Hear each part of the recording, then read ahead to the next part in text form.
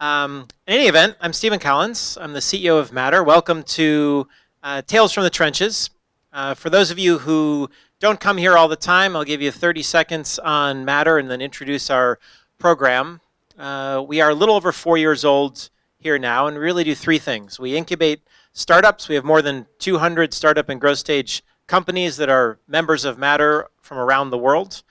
We work with big corporations to help them innovate better. We have more than 60 partners across the health and life sciences sectors, and we're a nexus for the healthcare community. And we do events like this one, where we bring really interesting entrepreneurs who have built and who are building companies in the healthcare space, and we try to uncover the journey that they're going through and that they have gone through. That's why it's called Tales from the Trenches. So try to unpack the stories that represent their journey from the time they started their companies and even before that, as they sort of figured out they're an entrepreneur, all the way through to kind of where they are today. I know many of you have been here before for these. Our moderator tonight is Rishi Shah, who's a board member of Matter, an incredible entrepreneur, and is currently running a venture firm called Jumpstart Ventures, investing in lots of health tech companies. And our guest is Frank Naeymi-Rad. Naeymi-Rad. Which I just learned, actually. Naeymi means honest, and Rad means brave, which is kind of cool. And the only thing missing from that, he's also a really nice guy, having gotten to know him, and incredibly successful, having built a company called Intelligent Medical Objects. He came here, got a PhD in computer science from the Illinois Institute of Technology, which he then essentially converted into his company. He was building electronic medical records and really exploring the underlying taxonomy of health data way before it was sexy, way before most people today who are involved in the field are really thinking about it. He's had an incredible journey.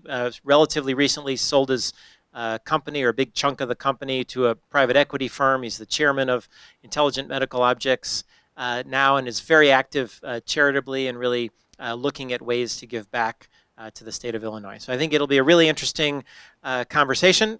Please join me in welcoming Rishi and Frank to the stage.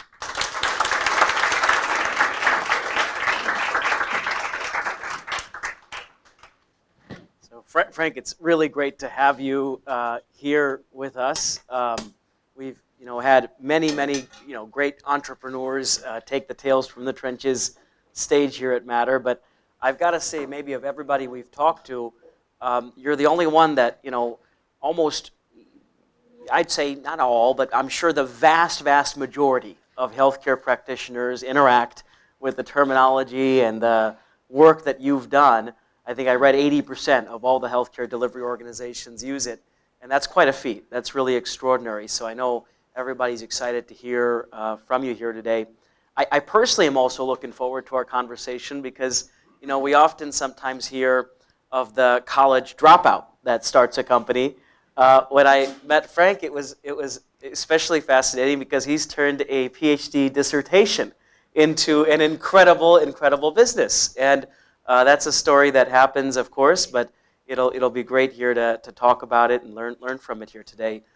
So Frank, I'll let you start, telling us a little bit about your early life. We always like to start there and get some of the details that you can't get by just watching your keynotes, of which I'm sure there are many on YouTube. And so you've got a fascinating backstory. Would love to hear it. What brought you here to the States, and then ultimately, what made you do your PhD? Well, obviously, I'll start with the first part. Let me not fool you. I didn't do well in college.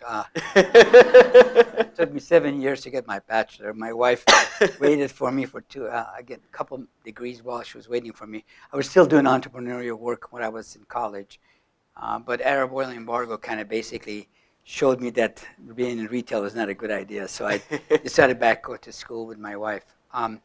I came to U.S. in 1969. Obviously, moon landing, Armstrong landing on the moon was by far the most important point in my life. I was very proud to be in this country at that time, and then seeing that particular situation, and it touched me a lot. I joined.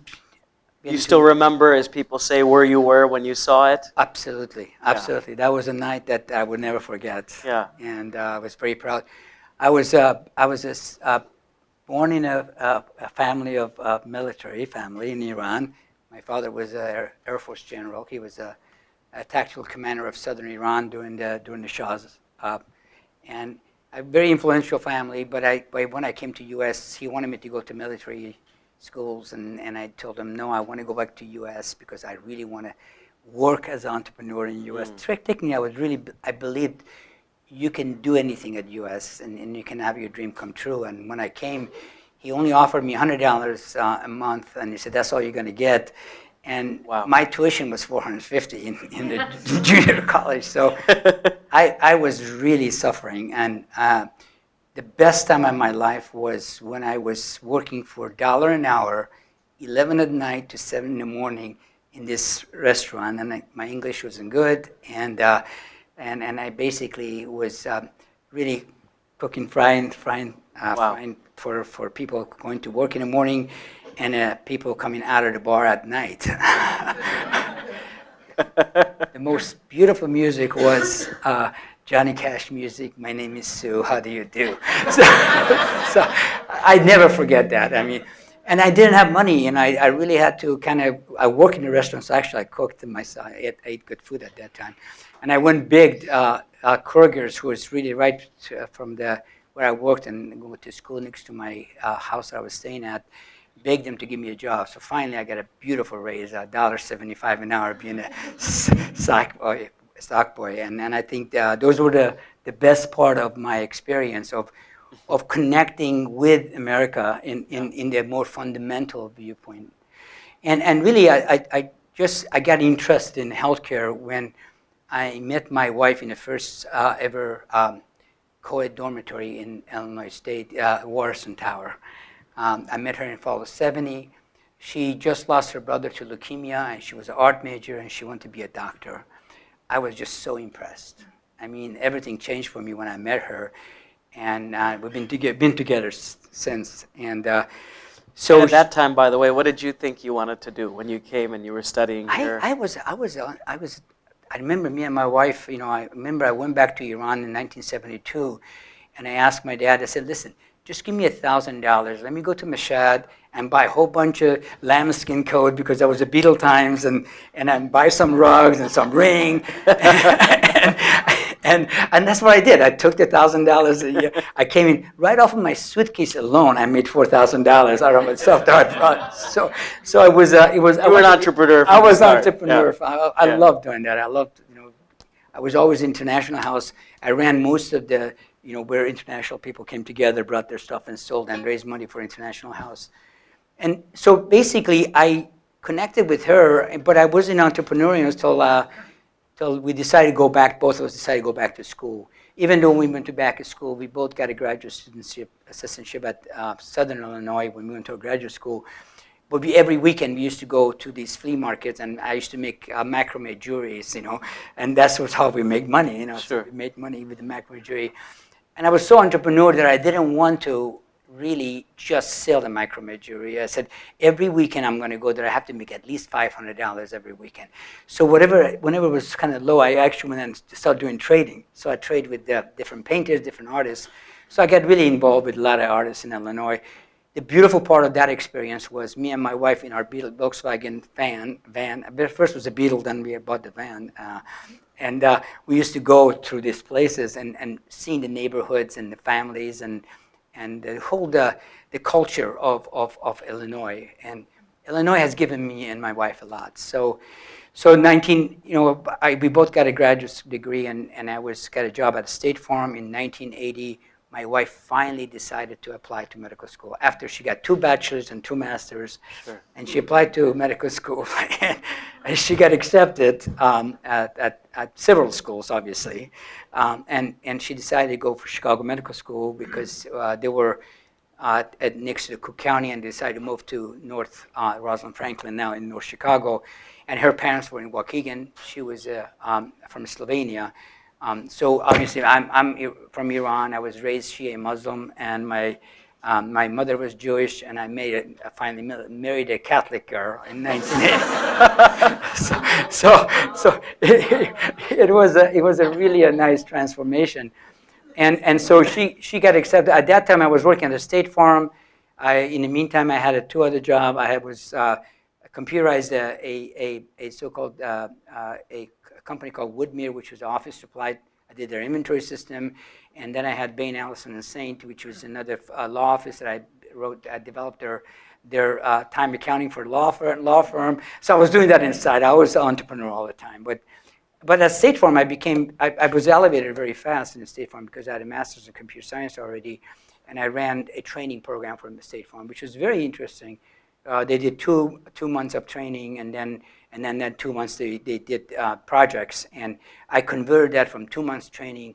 And instead of 2 months project, I went to all the directors of all the different departments and asked them, why fake project? Let's just make a real project. So we basically did a real project. And that became very interesting to me about understanding internship. What does the internship mean? How you transfer? She got accepted in 1980. We sold everything. Actually, we had a house on a country club road. We actually got that far up, but we sold everything because her medical school was our number one priority, and she was my ticket to money. You know, I mean, doctors were all the rich people, you know.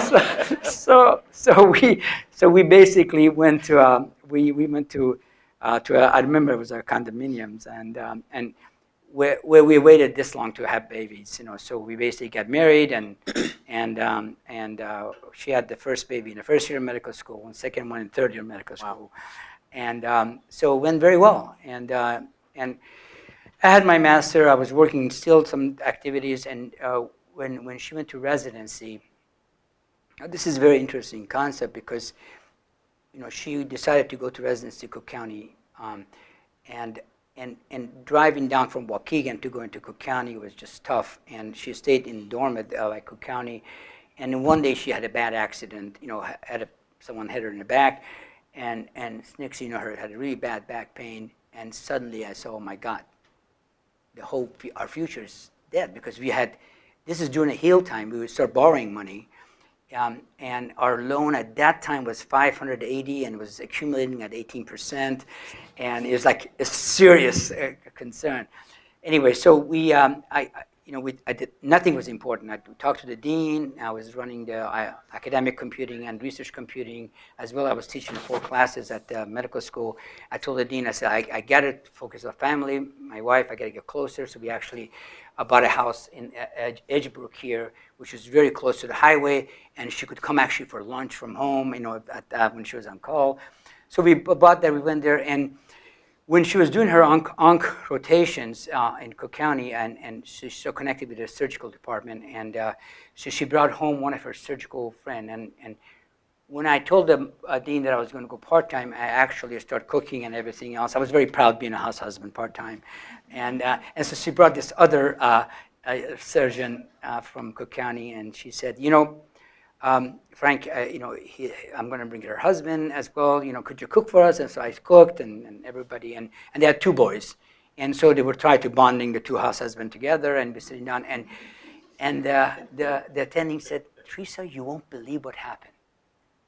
They had 2 boys. I took the boys to the hospital, and they saw all these guys with a lab coat, and they said, Mom, can boys become a doctor too? Right. So I'm with the apron with a plate of turnover Persian rugs and Persian rice, which is with a tadig and all thing on it. And I was so proud of what I made. I made a nice korma sabzi. It's a nice Persian delight. And then I'm looking at my son on high chair and my daughter. I said, I got to get my PhD. So that's how I got it. Oh, that's great. That's great. I love it. So tell us, because it'll lead us right into the story. You know, tell us about the PhD. So, you know, how did you decide what you wanted to do it on, and Tell us about that early work and ultimately how it led you Sure. down the path to create, IMS and selling it, and then of course IMO. Yeah. So I think when I was at Chicago Medical School, we had I involved in 4 classes. One is the introduction to computer science, kind of teaching applied physiology of students computer science. Other course that I used to teach was a course on elective on medical artificial intelligence, where I brought different expert system and then allowed the senior students to actually model pattern recognition so they can actually feed the pattern recognitions to see the value of that pattern recognitions to their outcome. And what I learned is that depending, from second year when the students go from basic science to clinical science, there's a massive change depending on what specialty they want to go. That massive change even changes their vocabularies, how they talked and how they, what same problem, they described it differently. Language, yeah. Language, yes, absolutely. So they started putting these patterns together. So me and my partner, Dr. David Trace, who was at that time the chairman of the medicine, who was my co-founder in both of our activities, we decided to say, all these expert systems you build, how do you really test it? The ultimate test would be to actually test it with the patient data. So we said, okay, when does doctors agree? They agree in basically that cycle when they go from basic science to clinical science. So we decided to computerize Introduction to Clinical Medicine, which is a course that every student... And when was this, by the way? This was late 90s, right before my PhD. Right. And then continued to the early 90s. Late 80s. 80s, right, yeah. It continued to late 90s. Early 90s. So we computerized that class. Every student had to do two cases with a computer. We took the Bates History and Physical program book, and then we computerized that using Macintosh PowerBook. Do a doc. The students went docked and then took it out. Then we said, okay, now how do we test it? So then we went ahead, computerized Cook County ER. Wow. Basically because there was a big registration, a lot of people there. We could computerize the registration, at the start, and then we had a server to put in the closet that had to lock it because there had a lot of people. They were worried that people were going to steal it.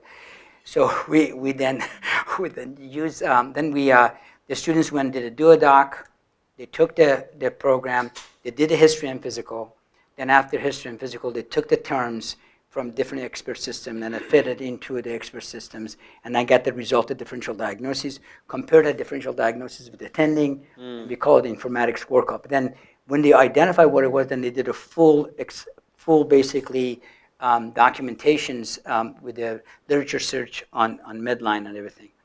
So this company, Glaxo, came there and they saw we were doing that, and they said, well, this is electronic medical record. So me and my partner, David Trace, we said, no, this is not. It's just history physical writer. We fed it into the students not typing it, and they just doing some research around the patient and trying to learn about decision support and experience. And they said, no, it's a medical record. I said, no, it's not. And then they put a couple $1 million on the table and said, yes, whatever you say. So they put about $1 million, I believe, to test the product in 2 offices in Chicago and 2 offices in North Carolina. And basically, we used that money. After 6 months, they exercised their options, and that was sale of IMS. Yeah. But what I learned through that experience was the challenge of taking something from the academic center to the private. So actually, my basement became my clean room. So I had to create a clean room, yeah. And then I used that to actually transition. Wow. And so now you're in the basement, you're thinking through, what you want to do maybe next. And tell us about how you had the idea for IMO. In a lot of ways, it was continuing the work, and I know it was more consulting at first, but what was it like? Part of what we want to get into is the early stories of, your early partners, early employees. Did you decide to raise any money? How did you finance that growth? What was the beginning stage like? So the beginning stage was, as I showed about the internship, what I learned from Glaxo Wellcome, was an amazing experience. So I had 3 group of internships at the medical school. By the way, I gave back to medical school 100% of all the budget that I created as part of this transaction that I did first. And the reason was because all the programming I developed medical school, I did it with the interns. had interns from College of Lake County, interns from Lake Forest College, and interns from IIT. And I used them to actually develop software and work on applications. So those interns became my early developers, early team members, or my early partners. And they actually stayed, many of them even to this day with me. And some of the geniuses of IMO are those early people. So I was committed to help Glaxo succeed with the product. And so the product, wouldn't you believe, and those of you guys who remember, was developed in HyperCard. So imagine an electronic medical record in a HyperCard is almost like a PowerPoint, okay? A little bit more advanced stuff to it. So we had to move it to Oracle Card. And so one of the first things we did, which is really concept I think we called a marathon week, I brought everybody in the company. We went to the Redwood next to Oracle. And how big was the company at that time? 12 people. 12 people, yeah. And 12 people, 12 program per, but 70 consulting and knowledge. Right. Because what Glaxo gave us a budget to develop knowledge for each different specialty. So my partner, David Trace, was in charge of the knowledge creations. I was in charge of the application creations. So we basically went to Redwood, and we actually converted to Oracle Card. Then later on, that experience of actually going to a locations for a week or 2 weeks with everybody was a success story, almost agile in the earliest stages. Everybody working agile together, and we took that experience, and then what happened? Glaxo was getting concerned being in this field. I remember talking to Chairman of Glaxo when he first was going to exercise the options to actually buy the IMS, and I was sitting in the car with him. He said, "Frank, I know this program you developed is good for doctors. I can see the program you developed is really good for the patient, but what does it do for Glaxo Wellcome?" And I really couldn't, I was kind of careful. I had to be very careful because a lot of people were kind of putting me on the spot to answer to him.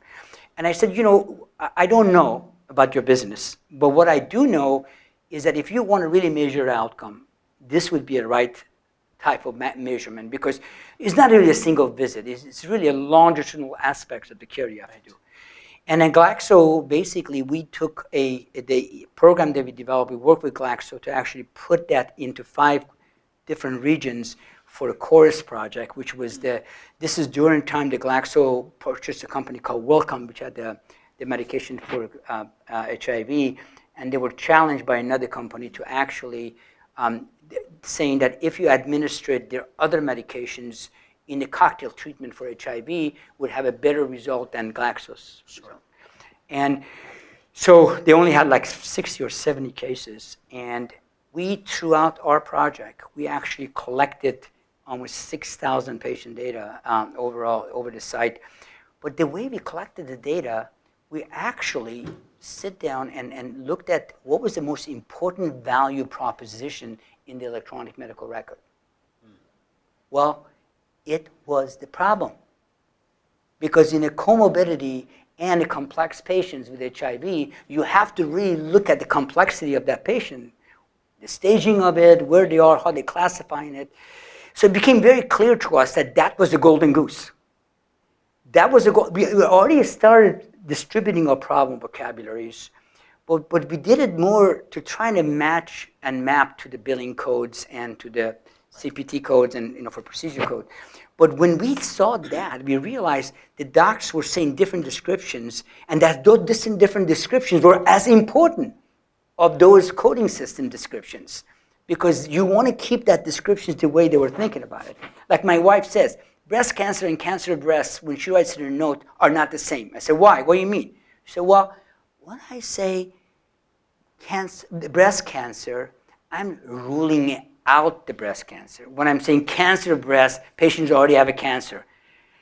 Even the word order in her mind and how she writes her note was different.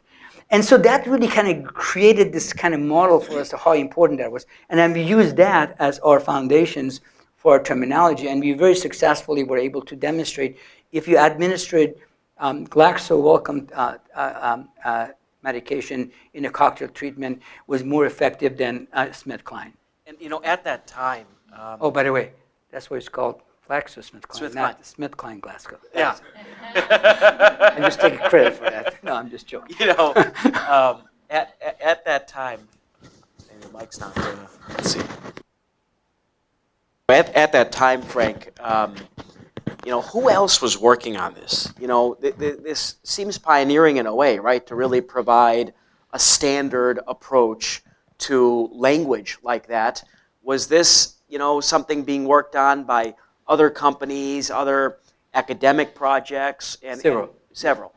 How did you collaborate with them? Absolutely. So I think Medicine, which is another company who actually created documentation, they focused on chief complaint documentation modules, so allowing physicians to select and document stuff.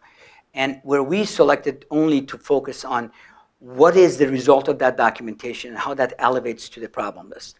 So we didn't really care about the documentation as much as, because we did it for a medical record. But I think what happened, we realized when we sold the company, we told the medical school that we really want to create an informatics center at medical school. And we believed that the College of Pathology at that time had a SNOMED. And David Rothwell, who was really one of the founding fathers of SNOMED, was there. And we believed that the SNOMED was very comprehensive. And to date, we support SNOMED wholeheartedly. I think is one of the most important terminology foundation that I think everybody should identify as a standard for clinical document identification.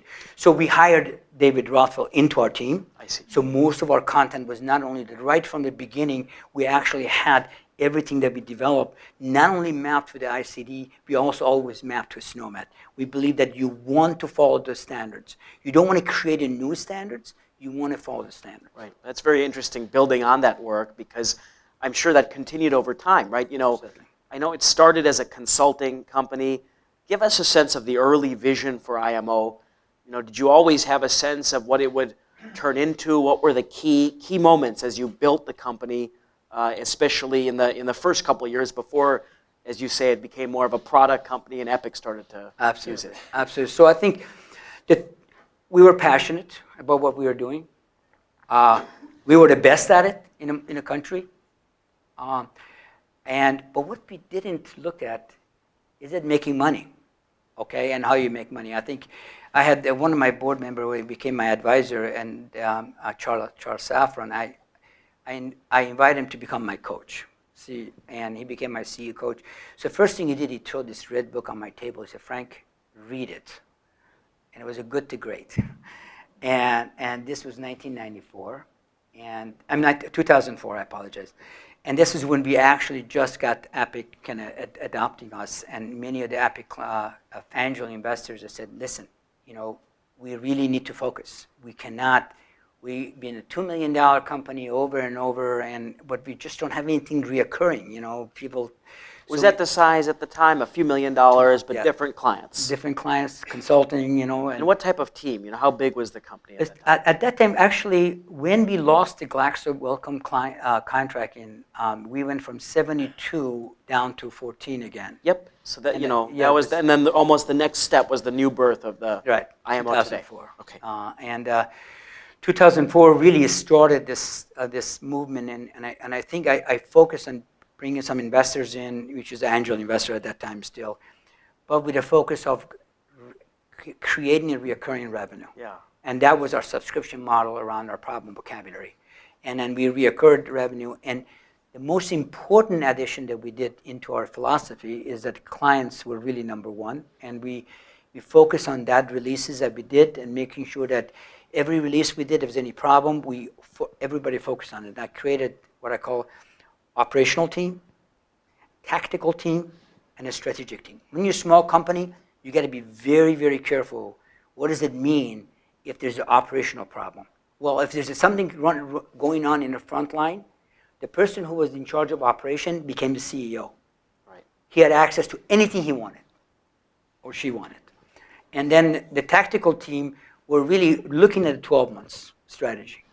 What's going on in 12 months? We had this thing called, basically cash EBITDA. I call it FNR Delta. Every month, regardless of expenses, you have to, whatever cash you spend, whatever expenses you have, it has to end up at the end of the year positive. If you don't, you're going to run out of cash. And it's really a nice Right. model to actually look at. And so they looked at the annual, looking at the tactical was for 12 months.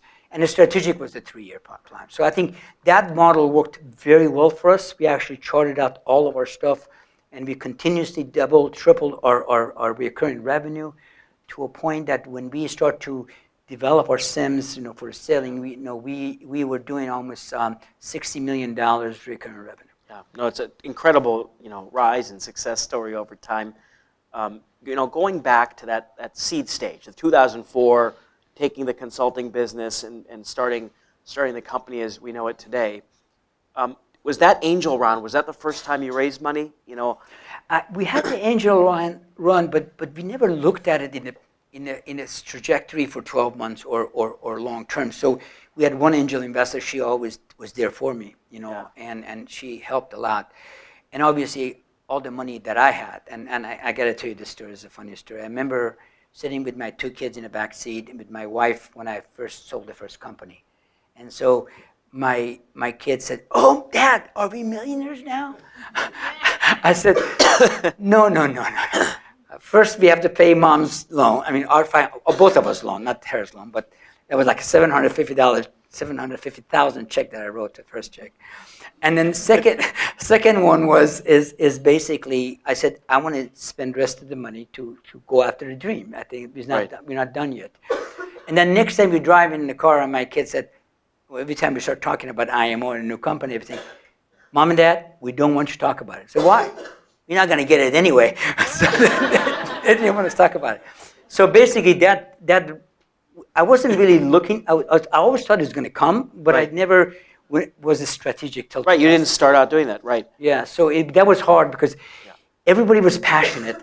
We all stayed together, and I made everybody owners. So actually, when we had the transaction with Warwick Pincus, by the way, one of the best private equity I have ever dealt with, very smart group, amazing smart group, and we made almost 25 millionaires in the company. So Wow. that was a great success story. That's there. really wonderful. And getting back to the fundraising topic, I'm sure that's a big topic for entrepreneurs around Matter and a lot of the companies here and companies in general that are starting.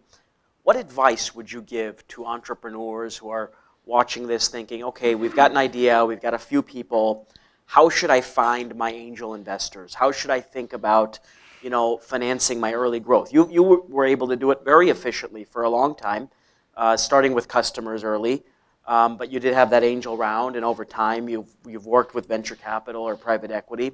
What advice would you have on that topic? The advice that I have, I think mine would be a little bit different. It's not about, if you believe in what you're doing, if you truly believe in it, and you're passionate, is your member of your team that you have also passionate and believe in it? Because that, to me, is a key element of the journey. Because if you have the right team and right idea and right passions, obviously fail fast is a good way. We did different things. And I would tell you, when you look at our portfolio, we have over 12, I believe, patents, and some of them are amazing patents. But the question comes back to that, where are you going to be, what the trajectory is going to be, how are you going to get into that cash positive model, and what makes you to get there. And then chart it out, and then go for a funding that you need to get that cash positive. Until you get to the cash positive, you're at risk. Right. And that's really a key issue. And I call it FNR delta, cash EBITDA. Sometimes people can look at the accounting revenue and EBITDA is sometimes confusing because how the revenue is computed. But when you look at it at the cash level, you could also delay purchasing that PC by 2 months if you don't have the cash positive model. Right. So I would say focus on cash discipline and financial discipline. And the fundings will come as long as you project it appropriately. Right. No, that's sound advice. And another topic that's a big one here in this stage is building the early team. how did you select the right team members? You know, you've had some success with that, with people that have stayed all the way through, even between things. You know, talk about about what you got right, what you learned over time on the topic of hiring at the earliest stages. I have to say that internship is everything for me. So, I mean, even at IMO right now, we have, I think, this summer we have 40 interns. Wow. So what happened is that I used the internship to actually select the right talent. Yeah. Talent with passion, talent who believed in what we were doing, and then take that internship to employment. And I think So that was a big engine. big engine. And I would tell you for IMO, we actually realized how do I recreate that engine in about 8 years ago, I believe that when I saw the trajectory going up and meaningful use, you know, the Affordable Care Act was going into the process, I knew that was a golden goose for us. I mean, the problem was the center of all that changes that was happening. So I went ahead and opened the office right in the middle of University of Illinois in a campus there, and with the objective to actually bring interns. So we have a massive internship with the University of Illinois. We have not just internship in computer science, we have internship in linguistics. So the team that we have in IMO, the members of IMO team are truly passionate about what they're doing. They're the best in the field. I couldn't find a graduate to work on terminology the way we want to work. We had to actually train them from beginning. So we had public health students, computer science students, right from them, and then we brought them into the team, and then they became graduated into becoming an employee. Fascinating. Really interesting. I haven't heard that as much at the earliest stages, the use of the interns to build. We went from 80, when I started opening an office in Champaign, we were at 80 people, and now we're over 300. Wow. Wow. And would you say a big chunk of those came from internships? Absolutely. That's really remarkable. You know, the other topic we want to talk about is customers. As you said, you know, that's the most important thing for a company. Talk about that Epic relationship. How did it begin? How did it unfold? Tell us about the other key partners and key stakeholders you worked with, and how you built up the customer base. So I think more I connected with the EHR vendors, more I started respecting the difficult challenge that they had to actually build this electronic health record. Epic by far had a significant footprint in the academic centers, and academic centers by far are probably more meticulous in the selection process, especially when you're talking about the language that determines the really a core of the launchpad of decision making and workflow. And so Epic was not that easy to get in. When they selected us to actually put us into the system, every year for almost 6 years there were side-by-side tests. Epic gave everybody, all their academics and all their clients, opportunity to challenge us. Sure. That was the best thing that happened to us. The challenge from the clients was the best thing. Every release we gave, there was this much stack of challenges. Yeah. We had to have a credibility, and we realized as a small company we didn't have a credibility. So we were very fortunate. We made a partnership with AHIMA, HEMA, and they are the so-called a group of, as a membership associated with the coding and compliance people, and they review all of our release. Every time before it goes, we go to the release with them, making sure they're reviewing them. Making sure you have the right partners to work with you and quality of that. But then the customers are the most important. Epic, Cerner, Meditech, everybody, their customer is who they listen to, and that's why they're successful. Right. And so by us making the relationship with the customer and making sure the customers were happy was our success story. Great. I want to encourage everybody, by the way, to go on social QA. You can upvote your favorite questions there and enter any questions you like as well as we move into the Q&A part in a few minutes. So that's very helpful on customers, and certainly getting Epic on board even back then, I'm sure was helpful. Tell us, what were the early challenges? You get the momentum, things are going great. What were the moments along the way where you felt like you ran into a wall or something happened, and how did you get through them? I ran into a wall with Meditech. Meditech had over 1,200 hospitals, and Meditech had systems that were really basically, the clients did not want to change their old system, Magic, and they had a client server, and they had the version. And many of their clients did not want to change. They want to stay in what they had.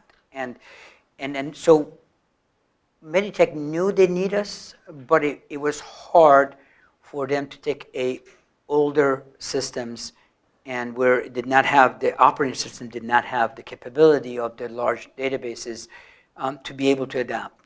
So what we did, this is when the innovation came about. We actually decided to work on our own hardware with the Dell computer, because these systems did not want to leave the hospital. They want everything to be local. So we actually created a server that we put our engine and all of our search engine inside a server. And then we then put that server in their network to connect with. Well, we showed that, and unfortunately, 6 months later, nothing was happening. So we had a meeting with the executive. Executive were concerned what was going on, and I said, really, we can make it work. Let us work. And I said, just give me a chance. Give me a chance. And I'm not kidding you. They were so supportive. They actually said, okay, we'll give you a chance. We bring the leaders of each of our version of our software.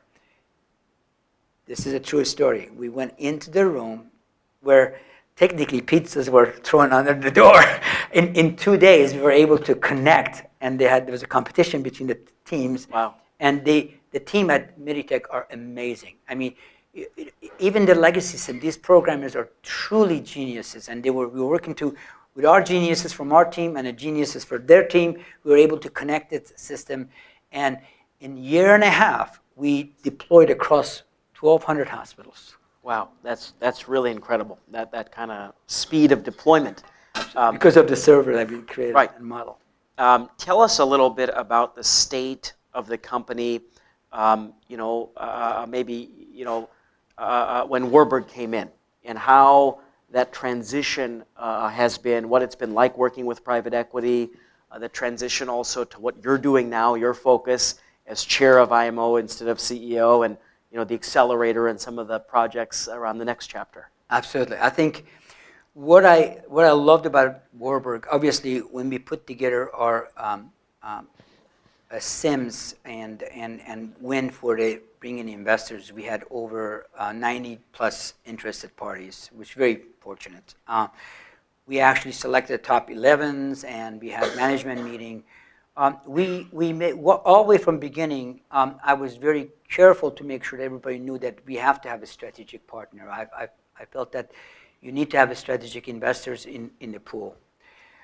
When we ended up with Warburg, I was surprised how positive they were with our decisions, how much they supported us through the transitions.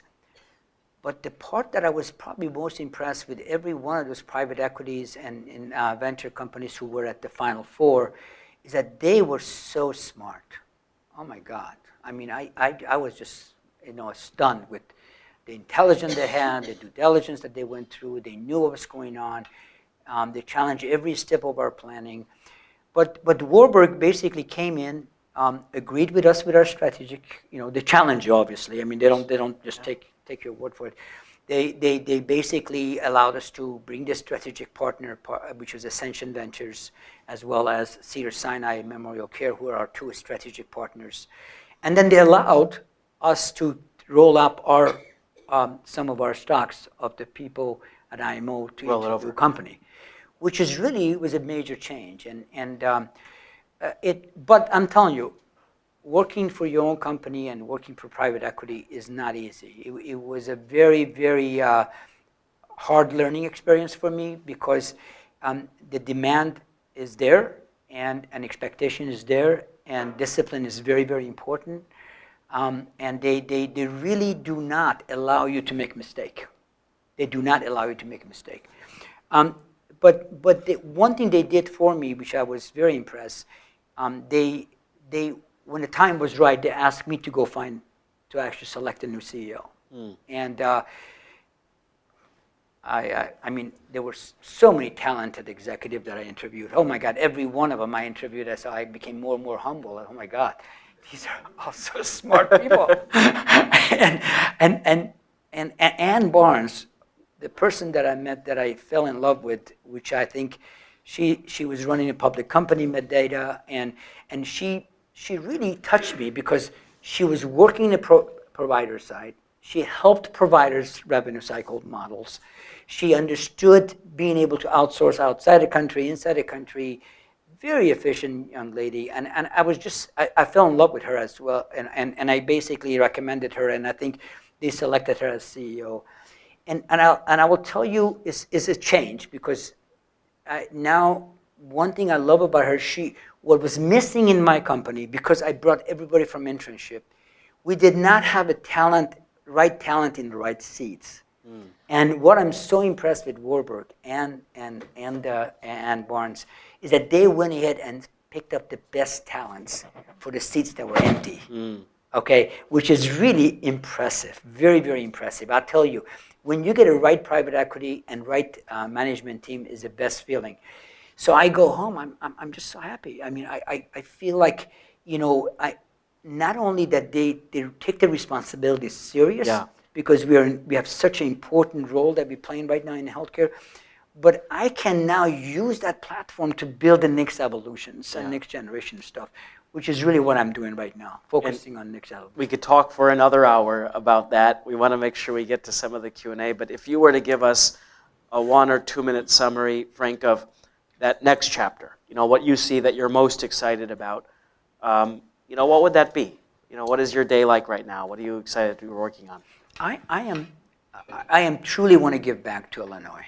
And I think it has given me what I have and brought me these opportunities to be able to innovate in a way that I could never know was possible. From working at Kroger grocery store to running a company like this, it's just amazing.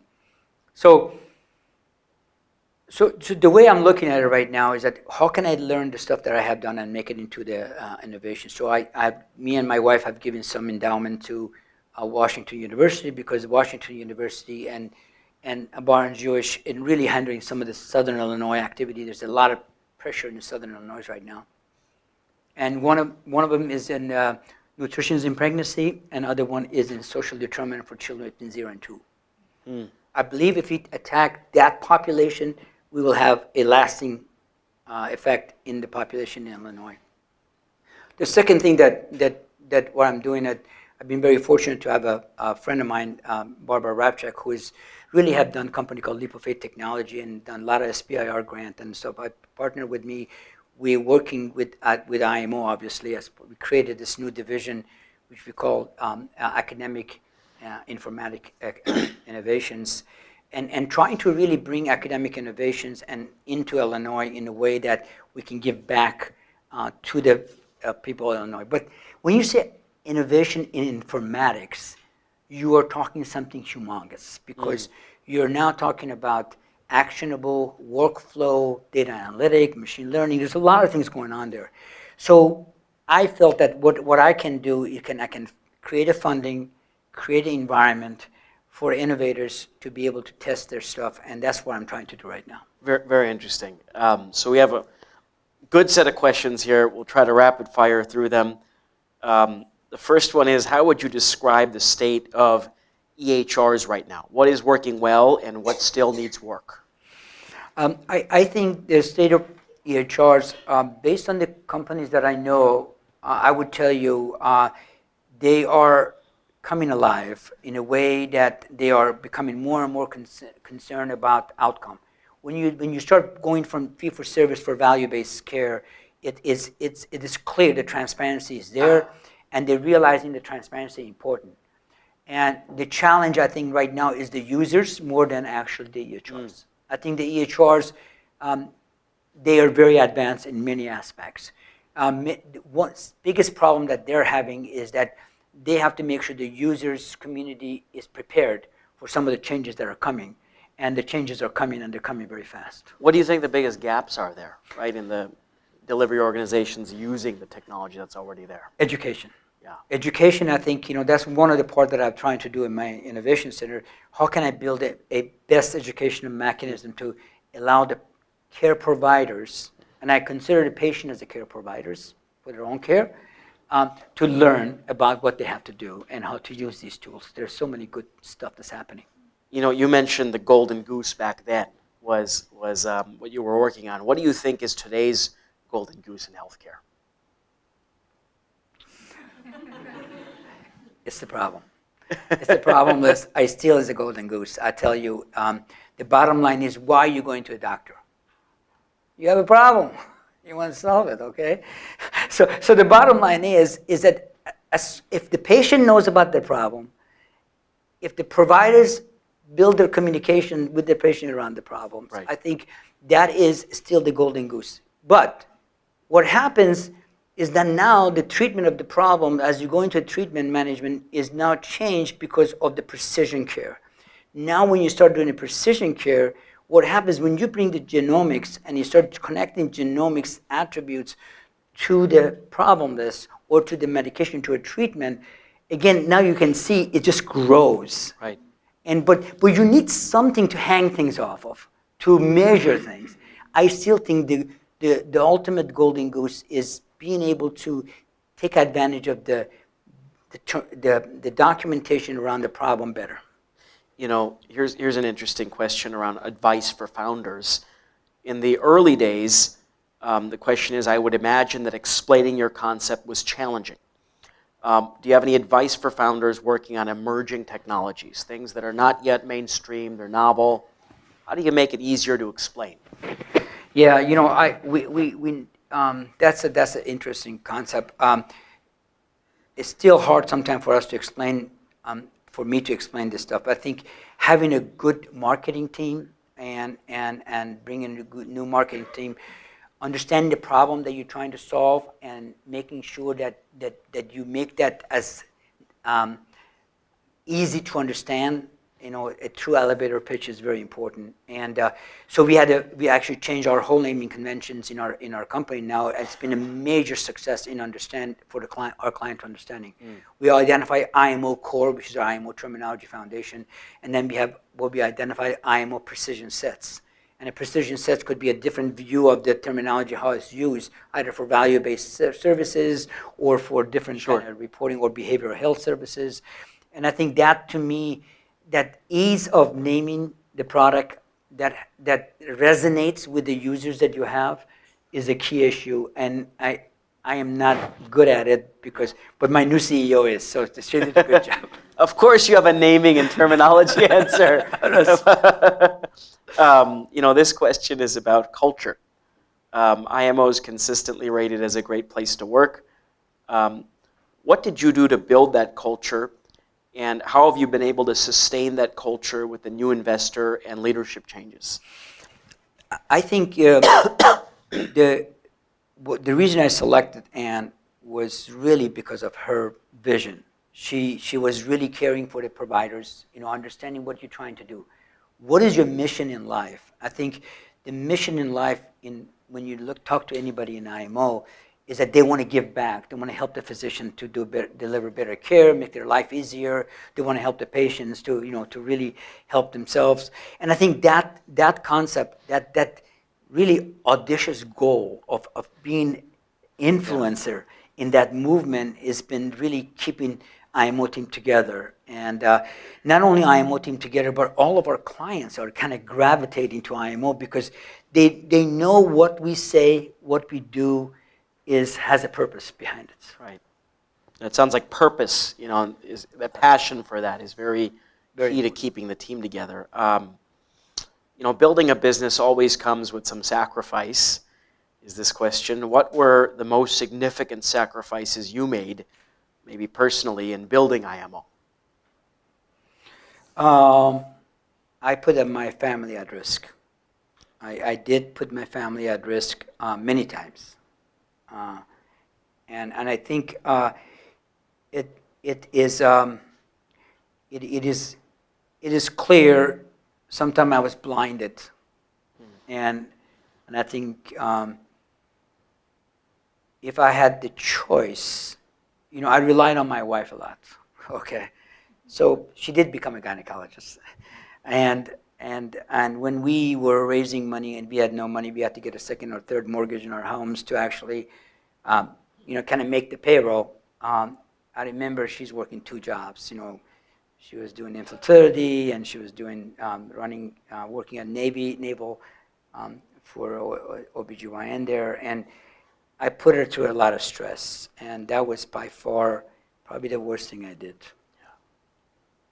And, this is a different topic. Will IMO create a tool to help providers with the diet and lifestyle factors driving chronic disease? Any work being done in those areas? I think the purpose, the challenge that we have, that I think we actually had discussion at the board several times.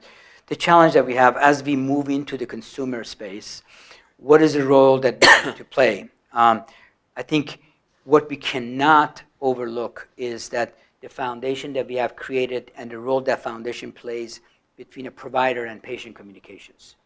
The provider and patient communication is the most important element.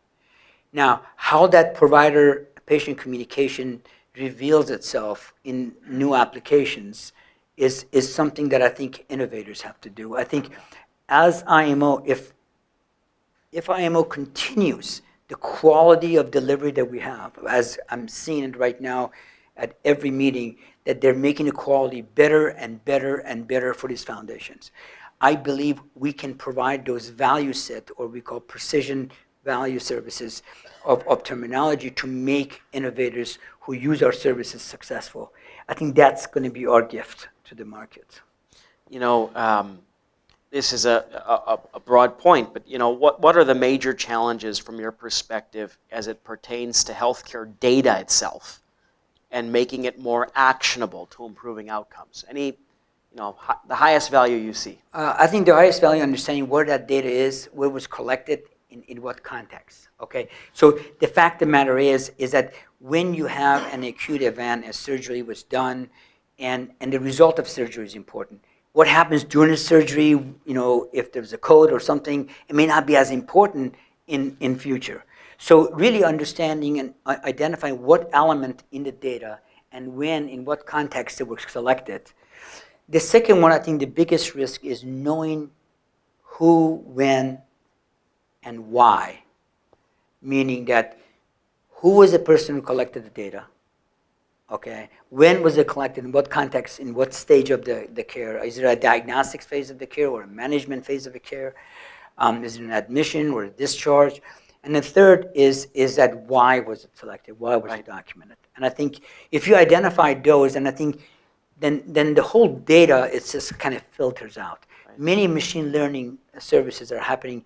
They're not focused on separating the data types. Yeah, source. That's actually a fascinating answer, right?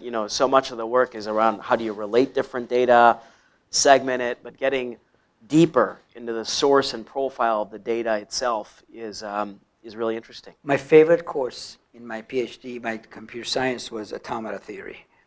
And really, Turing machine is what I believe in, that within a 4 state you can solve problems. And being able to, so when we model our terminology, all of our interface terminology map to concepts. And from those concepts that we map to all the targeted coding systems. Each concept is really a state, technically. So technically speaking, you really have to understand the states of severity of patient. And if you focus on that, that could really be interesting opportunities. Well, this is the question we'll end with, and it, I'm sure, is something everybody can relate to, especially entrepreneurs. How do you keep the vision going amongst all the struggles? What did you do, especially when you were first starting out, as so many entrepreneurs here are, and you had struggle along the way? How did you overcome that? I would tell you, we are in the most exciting and the most fascinating growth space. That's the intersections of biological science and technology. I mean, that was a word from Steve Jobs when he went through his problem at the end of his life. I tell you, there's so much happening. There's so much opportunity that we can bring together to the market in a way that would transform the healthcare as we know it.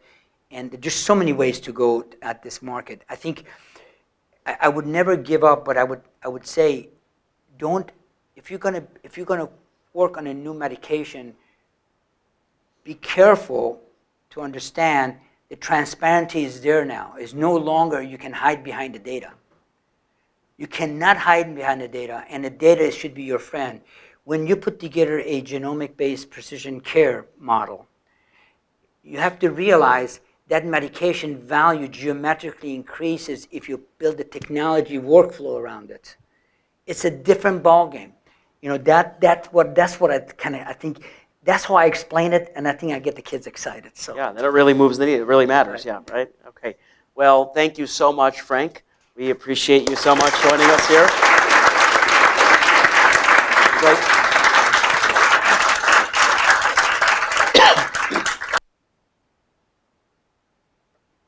Sure. Questions here? Absolutely.